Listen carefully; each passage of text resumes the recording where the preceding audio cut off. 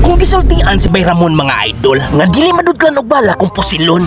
Nay anting-anting nga tiguang bay. Ya. Ginterview sa taga kuan kining news ba? Oh. Ingnan siya bay nga. Interesado na kay si Bayramon sa mga istorya mga idol.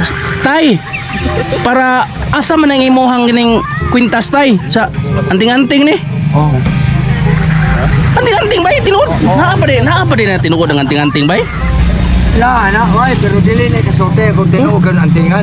Naa ako ni anting-anting. Antingan ba, sama sa kadamdulan. Dili lang ngayon tabi. Kaya may bawal ka. Unuhon man ka. Mao gani. Pero giingnan siya bay. Ito, sikreto lang. Oh tinuod. Pero dili sila kay bao. Nga sila dili kikuha. Oh, giingnan siya nga to nga kuan sa tay. Sa ako lay nakahimo ani ma'am anting-anting ma'am nga dili ka madutlan. Oh. Dili ko ka madutlag bala. Magrabihan kung duta ni anting-anting ano. Sus kay ni ana man siya bay. Dili ka ma dutlag bala ni ma'am kung di ka maigo. Nilingiw taon ng dagway ni Bayramon mga idol. Hoy, may ni Chris TV, nadanasan na si Bayramon sa imong storyboard. Masag di na lang kukuing ko piso, tagsara masag kay ko mamutbot. Dadaw siya bay nga. Kini mo nga kini ko yung anting-anting ko no. Grabe ko no ni dili ko no ka madutlan ani. Basta dili lang maigo.